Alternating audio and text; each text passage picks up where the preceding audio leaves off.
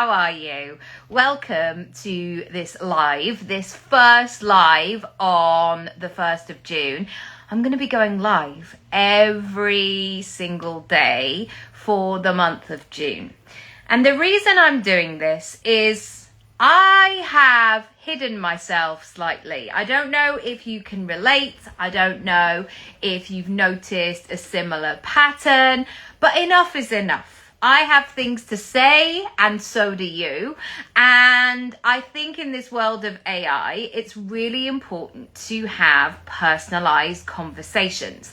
And this is what I hope this series will all be about. I'd love to know your thoughts and your feelings. I am going to be going live every single day for the next 30 days. I cannot confirm the time yet. So what I can promise is I will always save the live so you can catch it whenever you can. But secondly, for me, it's just enough to say that I'm going to do it rather than being at 9 o'clock every single day, because I just don't know what I'm doing. I feel like life is a little bit like that at the moment. It's busy, it's stretchy, it's exciting, it's great, it's all of these things. But being able to do this thing every single day at a certain time might be a little bit of a stretch. Today, I want to talk about habits. When I have been sharing my running on my stories, it's always the thing that gets the most traction. Not because people are interested in my athletic journey, far from it, because I really am a 44-year-old woman who is trying to feel well and vibrant and sharp and creative and have some time to herself. And sometimes I just need to get out of my own head. So you're not coming to me for running tips. I think that it really sparks a conversation, because sometimes this thing with running or exercise, it breeds some curiosity, because I think sometimes we think that we're not the kind of people who can do it. I have conversations with clients now who will say like, well, you know, I wasn't very good at school doing that thing. And I will say, so how old are you now? And they go, oh, I'm 48. Okay. And I left school when I was 16. So yeah, 32 years on, I might be able to do it. The reason I want to start here is because it's the first of the month today. It's also on Monday, which is a great opportunity to really see where you are and to build some great things. And last night on my newsletter, I shared a story about how 57 days ago, actually 58, if I'm talking about it today, 58 days ago, I felt really stuck. I felt mentally stuck. I felt creatively stuck. I felt stuck in my body. I felt like things were quite stagnant. And yet I was doing all of the things. I was rushing around. I was making meals. I was organizing stuff for the school, for my kids. I was here, there, and everywhere. But in myself, I just felt there was resistance. And I felt as though the overriding emotion was stuckness. And as I've been doing this for 25 years, I've definitely had seasons of that, when things have changed, when something internally for me has shifted, or just because it's been cold for a while, or whatever it might be.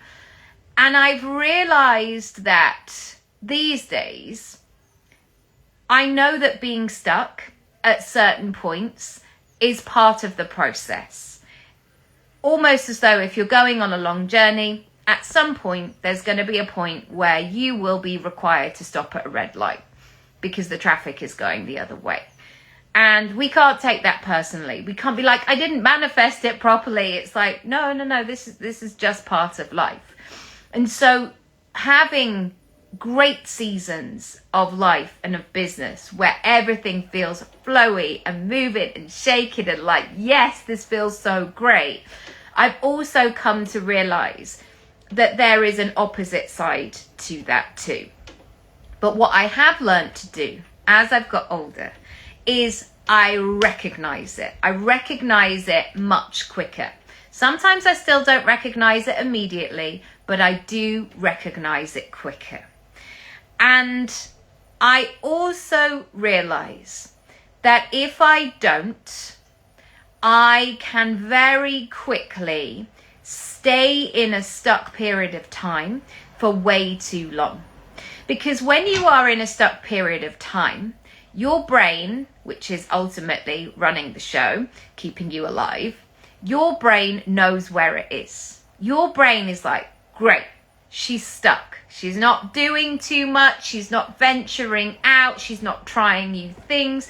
Everything is familiar. She's eating the same cozy dinner. She's going to bed. She's staying in bed. She's not going very far.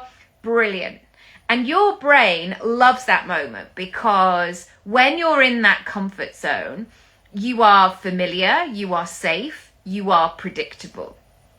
However, if you want growth in life, if you want change, if you've got ambition, if you've got goals, if you want to see what's possible, if you want to knock your own socks off, etc., it will require you to make a lot of steps out of that comfort zone.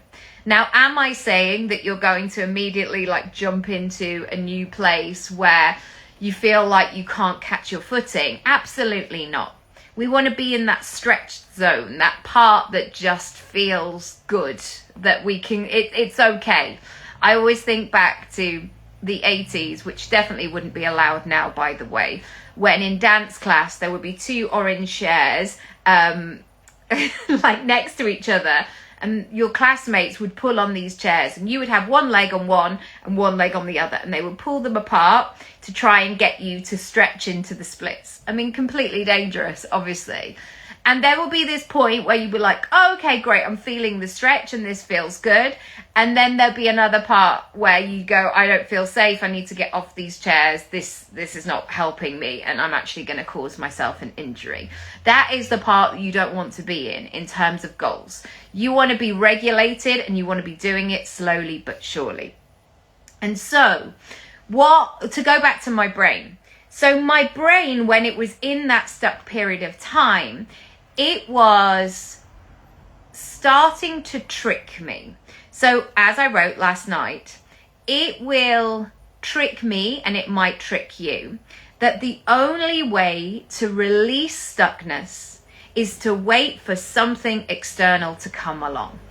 Motivation, a new year, a person, a job, an opportunity, something exciting or unexpected, or when you feel better, or when you've got more time, or more like you, or in the mood for it, etc., etc., etc. Your brain will say there is nothing that you can do until something externally shifts. However, leading your life waiting is incredibly passive. And it doesn't give you agency. It doesn't tap into all the skills, all the brilliance that you have. And so, one of the ways to get unstuck is to make a decision.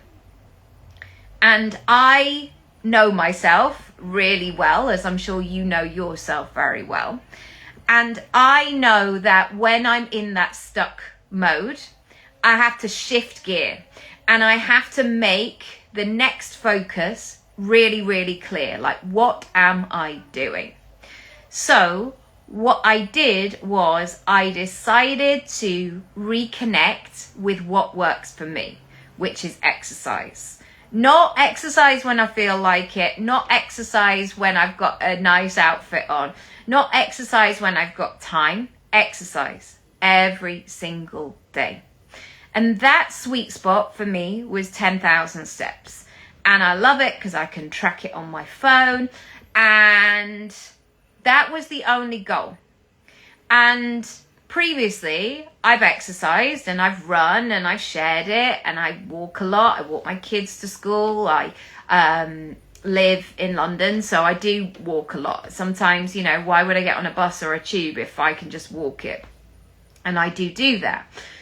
However, I was a bit intermittent on how consistent I was. So sometimes I would do 10,000 steps very easily, sometimes 12, sometimes 13 in a day, and then sometimes 2. And then, just have a very slow Sunday afternoon when actually my body wanted me to move. And this thing with the 10,000 steps, and I'm not saying that this is the takeaway from it, like, right, you need to do 10,000 steps. Absolutely not. Your boundary will be different and workable for you. But what I want to say about building a new habit is that sometimes it will be easy. So if I take my kids to school and I come back and then I pick them up later and I come back and I take some washing outside and I'm walking around doing a few like householdy bits, I can very easily do those 10,000 steps without really thinking about it, without adding anything in. And then there are other times where I know that I don't really have much planned in that day, and we're just at home or it's raining outside. And that's the moment where it's like, okay, so if I want to do this thing, I have to make it happen. And so having that focus and having that big why is really, really important. Now, let me talk about building habits. When I started, I think it was April the 6th, I reckon, whatever 58 days ago was. I was, and I'm going to read what I shared last night. When I started, I was walking every step, taking the moments to breathe, reconnect, acknowledge what a clever, brilliant woman I was being out in the rain. You have to be your own hype girl sometimes. Like, look at you, look at what you're doing. I remember it with my kids when they were tiny, like every little shuffle or movement, you're like, wow, you're amazing. Sometimes we have to do it for ourselves as well. And in those early times, I was just regularly checking my phone app for the step update and like focusing on getting it done. Then, a couple of weeks in, I started to find a bit more pace. Excuse me. The habit became normal. I found different routes. The habit wasn't as much of a struggle. I started to enjoy it. I liked being out early and soaking up the first light. I started to find my flow again. My mind was sharper, the ideas started to appear, and I got into the routine of it. 57 days in, 58 today, because I'm completed for the day now, I am officially unstuck. My vision has expanded, I've reconnected to my creativity, and movement is an emotional one. I have processed a lot of emotions that were lurking or deeply embedded, and I've activated some others. I now can run 75% of the route. I've found that rhythm in my legs again, and now it's something I crave and need rather than dread. I would love you on this 1st of June today to think about the next 30 days.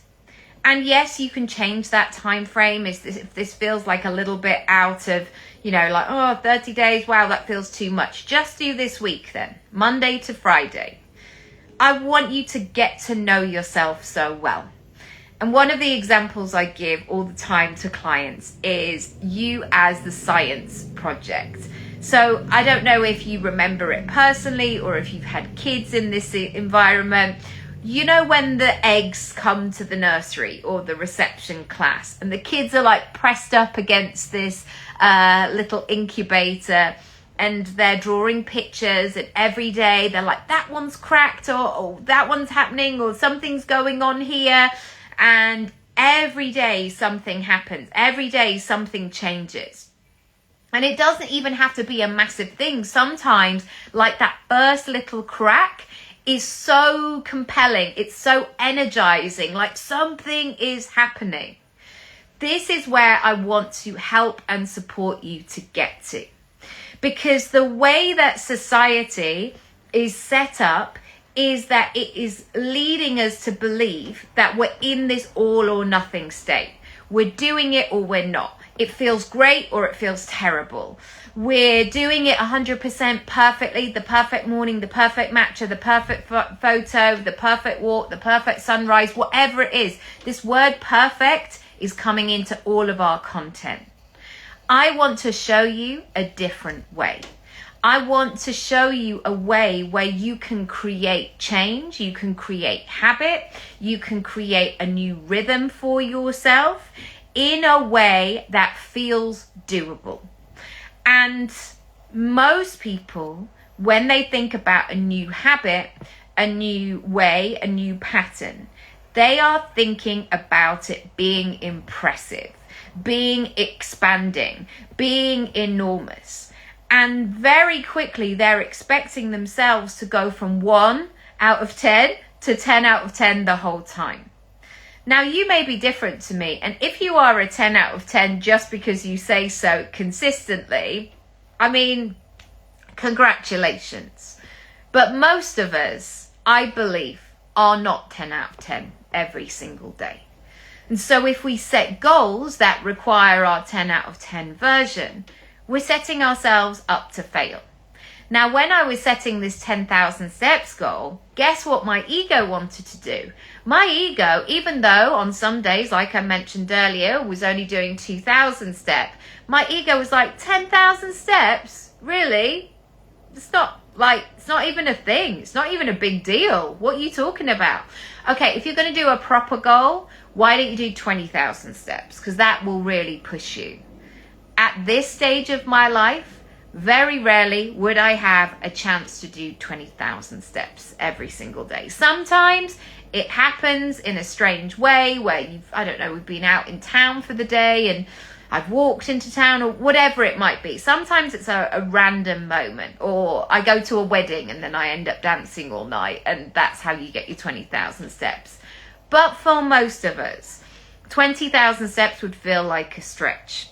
However, bringing the goal down to something that is much more doable, much more sustainable, and something I can access every single day has made me switch into what I'm optimizing for. I am optimizing for building a habit and doing it consistently every day, not for what the habit is. And so when I work with clients, working with people over a 30-day period, I call it my monthly moves, is absolutely my sweet spot. You would not believe how people can change in a month. And it goes against what people are talking about on the internet right now. So we're in two camps. We're either in like the 5-year plan, like this is my decade for kind of conversation, or I made £5 million in a weekend, even though I had no audience and I'd never been in business before. Like the extremes are so big. However, I believe, because I've worked with hundreds of clients in this way, and I've also worked with myself in this way. Back in 2024 or 2023, I can't remember which one, I did 250 days in a row, running for 15 minutes every single day. And again, my ego was like, 15 minutes? I don't know why I have to do like a kind of voice for it. 15 minutes, like that's nothing. Again, it changed. Changed my mind, changed my body, changed the way I felt about myself, changed my creativity, changed my cardiovascular health, no doubt, all of these things. It's about consistently being that next version of you.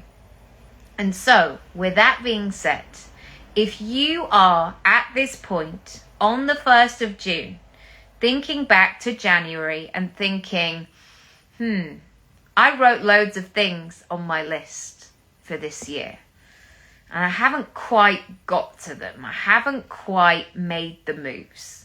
And I've been hiding and hoping and wondering and waiting. I would love to have a conversation with you. Secondly, if you've also been somebody who felt that shift from the year of the snake to the year of the fire horse and had forgotten about that thing, even though at the time you're like, yeah, the year of the fire horse, I'm moving into that energy, I would also like to have a chat with you. Because whilst this conversation of manifestation is going on, you write it down, you hope for the best, the universe delivers. You are effectively in waiting mode. And what I have found for the last 25 years is if I want something, I have to actively move towards it. And one of the words I use so much in my coaching work is about activation. I know how healthy exercise is for me. I know what foods are good for my body. Do I do it all the time? No, I don't. And 58 days ago, I wasn't doing those things. And so we have to find what can stick to the knowledge and the desire and what's going to activate it within us. And this is why I really believe people can change. When their why is bigger than their fear and their vision is so clear, so bright, it feels like it's got a rope attached to it and it's literally pulling you forward.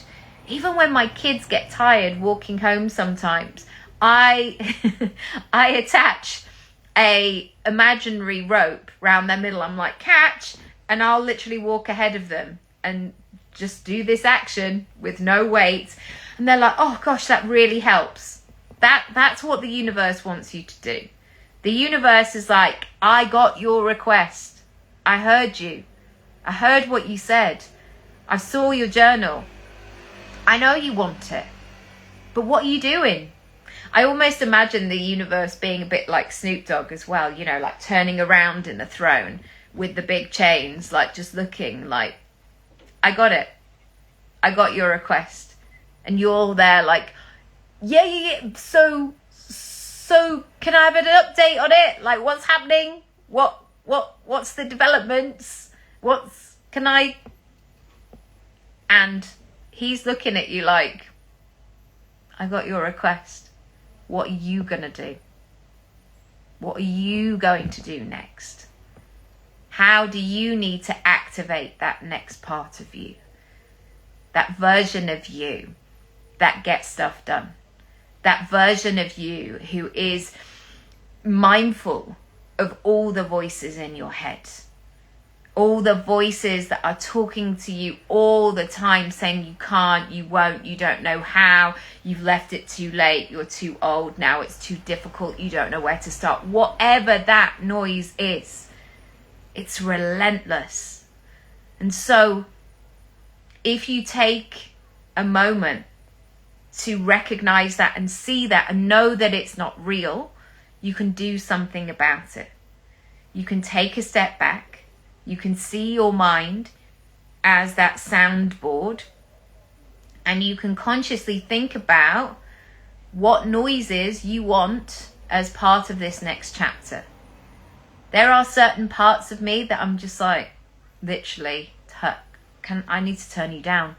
Because the way that I am moving now as a 44-year-old woman, why is the version of me who was crying in the playground because somebody was mean, and then I believed this thing about myself and that I couldn't do something, why is that version of me at the table?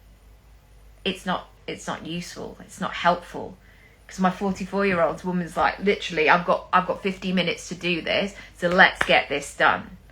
So if I've got that whiny version of me, that whiny version for my 20s, like, where is it? Where is it? It's not happening. It's not fair, right? I want you to think about what those voices are. I used to have so many conversations when I was an agent and with actors who we wanted to sign for the book. And the number of times people would use that 15 to 30 minute window, that meeting we had, to talk about all the things that haven't happened. Yeah, I had this awful agent. Yeah, I never get seen for anything. This teacher told me this, all of this stuff. Literally like regurgitating all of this and plonking it on the table. And what I was there to do was to help and support and strategize where they went next. And this is not me being unsympathetic of challenge, because I've had it too, and I get it, and it's painful, and it's hurtful, and it's demoralizing and destabilizing and all of these things. But I also realize that those conversations, that healing, however you like to reframe it, that work is for me to do. Not necessarily in private. It might be with a friend that I trust. It might be with a therapist, a counsellor. It might be me running around Hampstead Heath letting that stuff go. But it's not for the meeting. It's not for where I am going next. Sometimes it's useful to access those parts and go, yeah, that thing I did at 27, I'm really not going to do it again. And I did it again at 32. Why? Okay, now at 44, I'm in a similar situation. I really have to learn the lesson now.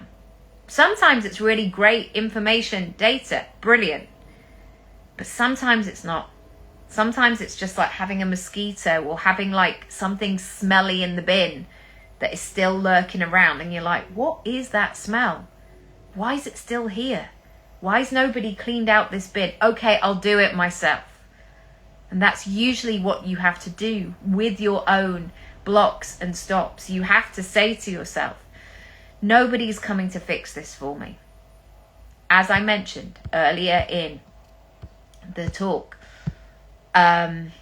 we think we have to wait. We're waiting for the motivation, the new year, the person, the job, the opportunity, something exciting or unexpected, when you feel better, when you have more time, more like you, in the mood for it. That is probably not going to be the case. What is more likely, and even greater, because you get to say, is that you can have that activation within yourself. And sometimes it doesn't make any sense. It does. Sometimes, today, if you're like, right, Nicky, actually, yeah, it's 1st of June, I'm going to send you a message and we need to get cracking and do something. But I've also had moments on a random Tuesday or a Thursday evening or a Friday night at 5 to midnight when everybody is out having a lovely time, and I have a moment where I go, I can't have another Friday like this. I need to change my life. I need to do something. And suddenly when I've felt that activation, I can't unsee it. I can't unfeel it. Because when you are emotionally connected to something, I guess that's why when we think about things in our past that have happened, you can feel it. You can feel your breath changing, even as you think about that tricky or difficult or exciting moment. You are emotionally back there. And so if you want to make moves this month, this week, you have to have some emotion behind it. You have to know why. Because otherwise, another email, another meeting, we've got to pick the kids up from school, another person asking something of you, it's just going to keep distracting you. And you're going to say, oh, I'll do it next week. I'll do it more when I've got more time. I'll do it in the summer holidays. I'll do it in the autumn. I'll do it next year. Somebody said this to me the other day. I'm going to do that next year. Oh, why next year? They're like, oh, I don't know. It's just like, I don't know. I think probably like 2027 is going to be my year. We've all said it. We've all had those moments where we make these beautiful, sweeping, candy floss statements of like, I'm going to do it when, like January the 1st, this year is going to be my year, whilst not making any moves. And remember, Snoop Dogg, the universe is like, this year is going to be your year. Yeah? That's what you said? Okay. Like, we've heard this before. We've heard it. And I am choosing the way I'm talking to you today because I want it to activate you. I don't want you to get stuck in a loop of imposter syndrome or I can't or I don't know how. You do. You know how to do it all. I was even saying to my kids the other day, whatever it is that you want to do in this world, there will be a way to do it. Will you have to work hard? Yes. Will you have to do things you don't want to do? Probably. Will you have to show up even when you don't feel like it? Yes. Will you have series of seasons of time where you're taking all the actions and you haven't had the results reveal themselves? Absolutely. All of it. But there will be a way. And so, to close today's first live, I want you to think about what you want for your month ahead. What's June going to be like?